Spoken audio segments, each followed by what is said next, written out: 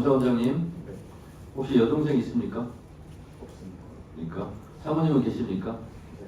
사모님이 남편인 감사원장님 부를 때 뭐라고 부릅니까? 그냥 듣는 거예요. 그건 아니, 그걸 사모님께서 네. 감사원장님을 부를 때 호칭을 뭘로 하냐고요? 그걸 뭐 여기서 답변을 해드려야 되냐? 뭐 여보 이렇게 하지 않습니까? 뭐 당연히 그렇죠. 예, 예. 예. 오빠 이렇게는 안 부를 거 아니에요. 예. 오늘 오빠가 난립니다 지금.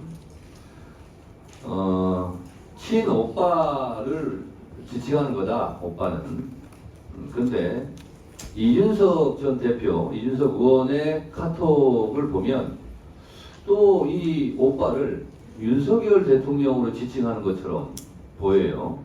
그래서 저도 그 오빠가 어떤 오빠인지 하여튼 오빠를 찾습니다. 누가 오빠인지. 자, 그런데 이렇게 농담으로 그냥 하기에는 너무나 슬픈 현실을 제가 말씀을 드리겠습니다. 감사원장님, 네. 김건희 여사 무섭습니까? 전혀 무섭지 않죠? 예. 네, 혼날지도 몰라요. 안 무섭다고 해서.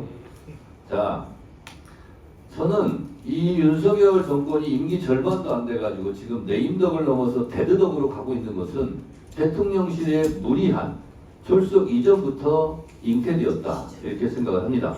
그게 시작이었다. 그러니까 지지율이 40%는커녕 30%, 어떤 여론조사는 지금 19.2%까지 나왔어요. 거의 뭐 탄핵 전야입니다 지금. 자, 21세기 대명천지에 21g 같은 회사가 국가 보안시설일 수 있는 관저공사에 이렇게 개입했다라는 것이 참으로 놀랍습니다. 먼저 보겠습니다.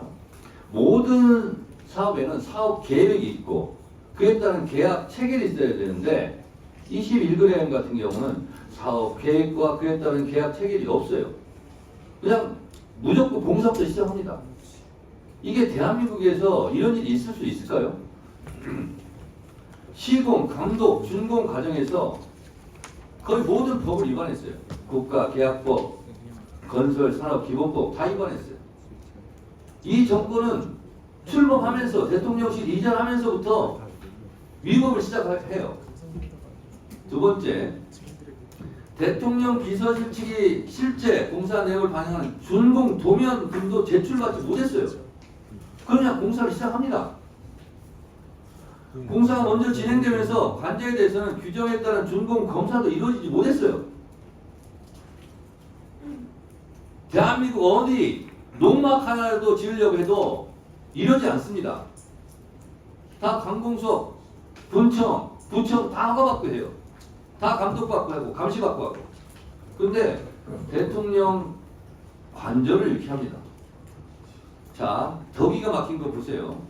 21g 이거 하도급 계약을 맺은 관저공사에 참여한 18개 업체 중에서 15개가 무자격이에요. 무자격. 와, 놀랍지 않습니까?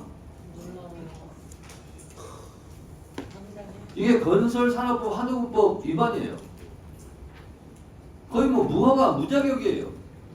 하도급업체 18개 중에서 15개가 무자격 업체예요. 자, 네 번째 보겠습니다. 하도급 업체를 공사에 참여시키려면 사전에 발주처 승인을 받아야 하는데 21g 측이 18개 하도급 업체에 대한 승인을 받지 않았고 이 때문에 무자격 업체가 공사에 참여하게 되는 겁니다. 이 또한 국가계약법 하도급법 위반이에요. 저는 이걸 알면서 도대체 대한민국이 이게 특히 대통령 부부가 잠자는 것 아닙니까? 이 무법천지, 무자격, 무면허, 무자격 업체가 이렇게 사업 계획도 없고 준공 도면도 없고 시공, 감독, 감리 아무것도 이루어지잖아요. 어떻게 이럴 수가 있을까? 야, 세상에 이럴 수가 있을까? 그런데 어떻게 이런 일이 벌어졌을까? 도대체 21g은 정체가 뭔가? 알고 보니 김건희 여사 아니더라. 이런 겁니다. 21g 선정 과정에 대해서 이건 김호진 비서관을 말을 고스란히 믿고 해서 문제 없음 처리했다고 하는데 문제 없음이라는 것이 문제죠. 관저공사도 다 부정, 부실, 부정부패지만 이것을 감사한 감사원의 감사도 총체적 부실 감사예요.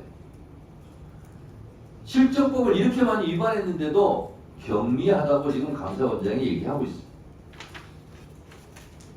이 21g 이분이 김건희 여사와 전부터 밀접한 관계가 있었다는 거 아니겠어요? 무슨 전시회 때 뭐 후원했다, 기획했다, 뭐 이런 거예요. 다 읽지도 않겠어요. 무슨 외국말 말 어렵더구만요. 무슨 르꼬르 베지 예전, 자코 메티전 뭐 이런데 컨텐츠 사무실 뭐 일 시공도 했다, 뭐 이런 거예요. 그리고 21g 대표 김모 씨가 비타민 디자인이라는 회사에서 디자인 실장으로 일하면서 마크 리브 사진전 일부 들어보세요. 피형전, 점핑 위드 리브전 이런 거에 대해서 디자인을 총괄했다는 거예요. 이 사람이 김건희 씨와 밀접한 관계가 있고 그때부터 인연을 맺었고 대통령 시임식에도 초청받았다. 이런 겁니다. 그리고 이 인테리어 업체 21g이 나라장터에 관저니까 보안을 유지하니까 공공주택 인테리어 공사 뭐 세종특별지시 왜 이게 세종특별지시를 했는지 모르겠어요. 그랬는데 불과 2시간 40분 만에 여기가 낙찰됐대요. 서로 안 짜고 이렇게 될 수 있을까요? 이야, 놀라운 일이에요. 수익여행인데 뭐. 그러니까 결국은 김호진 씨는 그냥 앞에 나와 있는 사람이고 실제로 김건희 씨가 저는 이거 다 주도했다고 봅니다.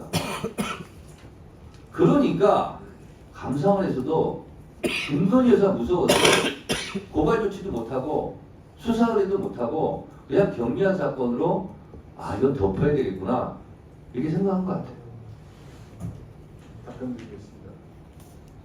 감사원장님 뭐 답변할 게 있습니까? 조금 뭐 변명처럼 들리시겠지만 이건 저희 입장. 그럼 변명해 보세요. 변명은 아니고요. 약간 지금 뭐 자꾸 이제 경미하다고서는 얘기를 하시는데 사실은 아까 이제 질의 과정에서 왜 관련 공무원들에 대해서 수여청이나 고발하지 않았냐 그런 질문에 대해서 제가 이제 다른 비슷한 공사와 관련해서 그렇다고 답변하는 과정이 있는 것 같은데 저희들이 수여청이나 고발에 이를 정도의 형사거래에 이를 정도의 사안은 아니다라고 위원회에서 논의하는 과정에서 그렇게 결론이 났다는 말씀 다시 한번 드리고요. 하여간 총체적 부실이라는 건 저희들이 감사 결과에 뭐 충분히 다 저기 지금 위원장님 말씀하신 걸 다 저희들이 감사 보고서에 적시했다고 생각을 합니다. 근데 아까도 말씀드렸지만 누가 시켜서 했냐, 김호진 비서관에 대해서 왜 추가 조사를 안 했냐 하는 부분은 아까도 모두에 말씀드렸지만 이게 수의계약이 된 거고요. 수의계약 자체는 적법하다고 봤기 때문에 그리고 그 이후에 그 업체에 어떤 특혜가 간 부분이 없었기 때문에 이걸 갖다 누가 발주해서 누가 시켜서 누구 사주로 어떤 업체가 선정됐냐 하는 부분은 저희들이 크게 중요하지 않다고 생각했습니다. 그래서 원장님 정리하시고요. 시켰겠죠. 그 잘하는 특기 있잖아요. 수사기관에 이 자료를 흘리시든가 고발하든가 하세요.